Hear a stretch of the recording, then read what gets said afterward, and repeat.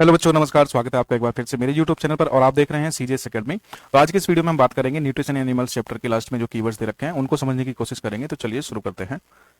तो इसमें जो पहला कीवर्ड है वो है एब्जॉर्प्शन, है ना। तो एब्जॉर्प्शन की डेफिनेशन क्या कहती है? The process of taking in nutrients from the digested food into the blood stream. यानी कि जो हम खाना पचा लेते हैं, खाना पचाने के बाद जो न्यूट्रिएंट्स हमारी बॉडी में पचे हुए खाने से निकलते हैं उनको ब्लड स्ट्रीम में ले जाने का जो प्रोसेस है हमारी बॉडी परफॉर्म करती है उसको बोलते हैं एब्जॉर्प्शन। ठीक है। नेक्स्ट है अमाइनो एसिड्स। तो अमाइनो एसिड्स क्या होते हैं? ये छोटे छोटे मॉलिक्यूल्स होते हैं, इनको बिल्डिंग ब्लॉक्स भी बोल सकते हैं। ये छोटे छोटे मॉलिक्यूल्स जब मिलके एक लंबी चेन बनाते हैं तो उससे क्या बनता है? उससे बनता है प्रोटीन। ठीक है। तो ये हो गए अमाइनो एसिड्स। नेक्स्ट है अमीबा। ठीक है। तो अमीबा क्या होता है? ये एक सिंगल सेल्ड ऑर्गेनिज्म है, यानी कि ये सिंगल सेल वाला एक ऑर्गेनिज्म होता है जो कि माइक्रोस्कोपिक है, मतलब कि नॉर्मल आई से हम इसको नहीं देख सकते। और ये अपनी शेप चेंज करता रहता है।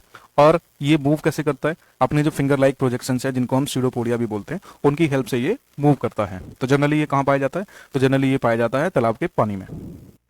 फिर बात करते हैं नेक्स्ट टर्म की, जो कि है एसिमिलेशन। तो एसिमिलेशन क्या है? यहाँ पे जब हमारी बॉडी में न्यूट्रिएंट्स एब्जॉर्ब हो गए, है ना, ग्रोथ के लिए और एनर्जी के लिए, तो उन न्यूट्रिएंट्स को यूज करने का जो प्रोसेस है ना, यानी कि एब्जॉर्प्शन के बाद यूज करने का जब नंबर आता है तो उस प्रोसेस को हम बोलते हैं एसिमिलेशन। ठीक है। नेक्स्ट है बाइल। तो बाइल क्या होता है? ये पीले हरे रंग का लिक्विड होता है जो कि हमारे लीवर द्वारा बनता है।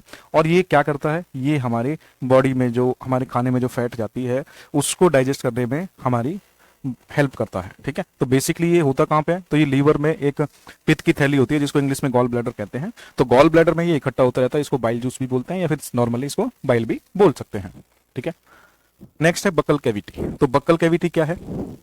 तो ये कुछ नहीं है, बेसिकली जहां से हम खाना खाते हैं हमारा जो मुंह खुलता है उसी को बक्कल कैविटी कहते हैं। यहाँ पे हम खाना को चबाते हैं और उसको सलाइवा के साथ मिक्स करके फिर वो स्टार्च से ग्लूकोज में कन्वर्ट होता है और उसके बाद वो नीचे की तरफ मूव करता है फूड पाइप के थ्रू। नेक्स्ट है केनाइन। तो केनाइन क्या है? शार्प पॉइंटेड टीथ, है ना, that helps in tearing food. यानी कि ये पॉइंटेड टीथ होते हैं जो पैने होते हैं और आगे से पॉइंटेड होते हैं और ये खाने को जो है फाड़ने में हेल्प करते हैं, है ना। जैसे मान लिया हम गन्ना खा रहे हैं तो गन्ने को छीलने के लिए जो दांत हैं वो यही वाले दांत यूज होते हैं बेसिकली। नेक्स्ट है सेल्यूलोज। सेल्यूलोज क्या होता है? तो जो प्लांट सेल होती है, तो प्लांट सेल में एक टफ सब्सटेंस पाया जाता है।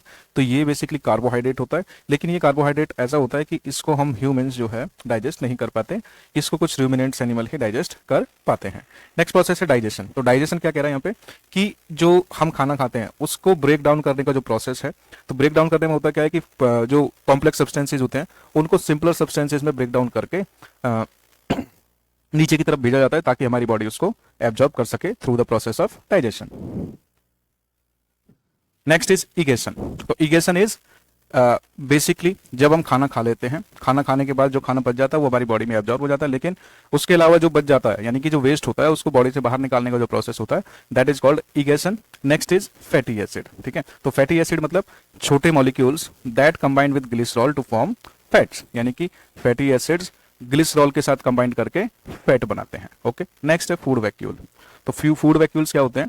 तो ये मेम्ब्रेन बाउंड सैक होते हैं कुछ सेल्स के अंदर जहां पे खाना स्टोर होता है और वहां से फिर ये डाइजेस्ट भी होता है, जैसा कि अमीबा के अंदर भी पाया जाता है। अमीबा एक सिंगल सेल्ड ऑर्गेनिज्म है तो उसके अंदर भी ये चीज पाई जाती है। नेक्स्ट है गॉल ब्लैडर।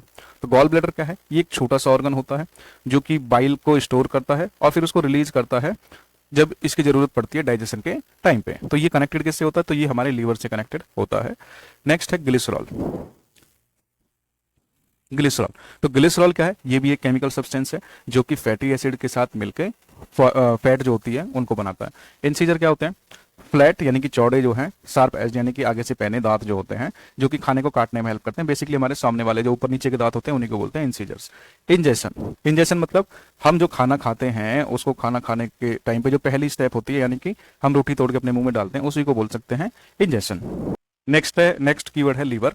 तो लीवर सभी को पता है। तो लीवर क्या है? ये एक लार्ज ऑर्गन है बेसिकली जो कि बाइल जूस प्रोड्यूस करता है और डाइजेशन में हेल्प करता है। ठीक है। तो ये हमारी बॉडी की सबसे बड़ी ग्लैंड भी है। ठीक है। तो largest gland in our body is called liver. Milk teeth क्या होते हैं? तो मिल्क टीथ होते हैं जो पहला सेट आता है बच्चों का दांत का, तो वो जो कि जनरली कुछ टाइम के बाद जो है टूट के गिर जाते हैं, उसके बाद परमानेंट टीथ आते हैं हमारे मुंह में। फिर अगला कीवर्ड है मोलर। मोलर मतलब बड़े flat teeth use for grinding food, यानी कि खाने को पीसने का जो काम करते हैं, यानी कि यहाँ पे हमारी जो लास्ट की दाढ़ है ऊपर नीचे की, उनकी बात हो रही है यहाँ पे, ठीक है। नेक्स्ट है परमानेंट टीथ। तो जैसे मिल्क टीथ होते हैं वो टूट के गिर जाते हैं, उसके बाद आने वाले दांत को बोलते हैं परमानेंट टीथ, और ये फिर पूरे जीवन भर हमारे साथ रहते हैं। बेसिकली अगर इनका ध्यान अच्छे से रखा जाए तो इनमें कोई दिक्कत होती नहीं है। ऑइजोफेगस क्या होता है? ऑइजोफेगस होता है एक ट्यूब होती है जो कि हमारे खाने को बकल कैविटी से लेके और स्टमक तक पहुंचाने का काम करती है। नेक्स्ट है पैनक्रियाज। तो पैनक्रियाज क्या है? ये भी एक ऑर्गन है। तो ये करता क्या है? ये भी डाइजेस्टिव जूसेस सीक्रेट करता है और उसके अलावा ये इंसुलिन हार्मोन भी बनाता है। आपको ध्यान में होना चाहिए कि इंसुलिन हार्मोन जो है वो हमारी ब्लड शुगर को कंट्रोल करने का काम करता है, यानी कि अगर हमारे पैनक्रियाज में कुछ प्रॉब्लम हो जाए तो हमें शुगर होने के चांसेस ज्यादा है। प्रीमोलार। तो प्रीमोलार दांत कौन से होते हैं? तो ये वो वाली दांत होती है जो कि हमारे मोलार से पहले आते हैं और कैनाइंस के बाद में आते हैं, है ना। कैनाइंस और मोलार के बीच में जो सेट होता है उनको बोलते हैं प्रीमोलार। ये भी खाने को पीसने के काम आते हैं। नेक्स्ट है सूडोपोडिया। तो सूडोपोडिया क्या है? तो जो अमीबा होता है वो अपनी बॉडी को जो है स्ट्रेच कर सकता है, अपनी शेप को जो है वो एडजस्ट कर सकता है अकॉर्डिंग टू द रिक्वायरमेंट, यानी कि उसके पास अगर खाना आएगा तो वो अपनी बॉडी को खाने की तरफ मूव कर सकता है। तो ये जो मूव करता है तो इसके लिए ये अपनी बॉडी को ऐसे मूव करता है कि जैसे इसके पास पैर हो, है ना। तो सूडोपोडिया मतलब कि बेसिकली जो नकली पैर है ना, उन्हीं को बोलते हैं सूडोपोडिया। नेक्स्ट है रूमेन। रूमेन क्या होता है? जो घास खाने वाले जानवर होते हैं उनकी बॉडी में एक पार्ट होता है स्टमक के अंदर जो काफी बड़ा होता है और वहां पे खाना जो है पार्शियली डाइजेस्ट होता है, यानी कि आधा अधूरा डाइजेस्ट होता है। उसके बाद वो वापस से उसको अपने मुंह में लाते हैं खाने को और फिर उसको धीरे धीरे जुगाल के पचाते हैं। नेक्स्ट है रूमिनेंट। तो रूमिनेंट क्या है? तो रूमिनेंट ऐसे जानवरों को बोला जाता है जो कि घास खाते हैं और वो खाने को 2 बार चबाते हैं। एक बार वो सीधे सीधे ऐसे ही रूमेन में इसको स्टोर कर लेते हैं, फिर उसको धीरे धीरे वहां से निकाल के और धीरे धीरे अपना डाइजेशन स्टार्ट करते हैं, ठीक है, पचाते हैं उसको जुगाली करके। रूमिनेशन क्या है? रूमिनेशन जो जुगाली करना होता है उसी को रूमिनेशन बोलते हैं, यानी कि पार्शियली डाइजेस्टेड फूड को वापस से अपने मुंह में लाना और उसको फिर से चबा के पचाने की कोशिश करना इज कॉल्ड रूमिनेशन, ठीक है।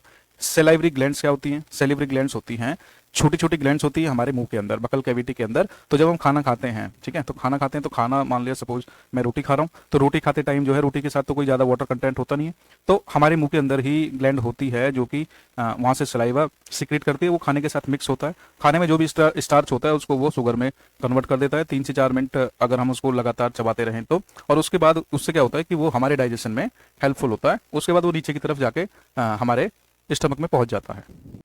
Next term is villi. तो विली क्या होते हैं?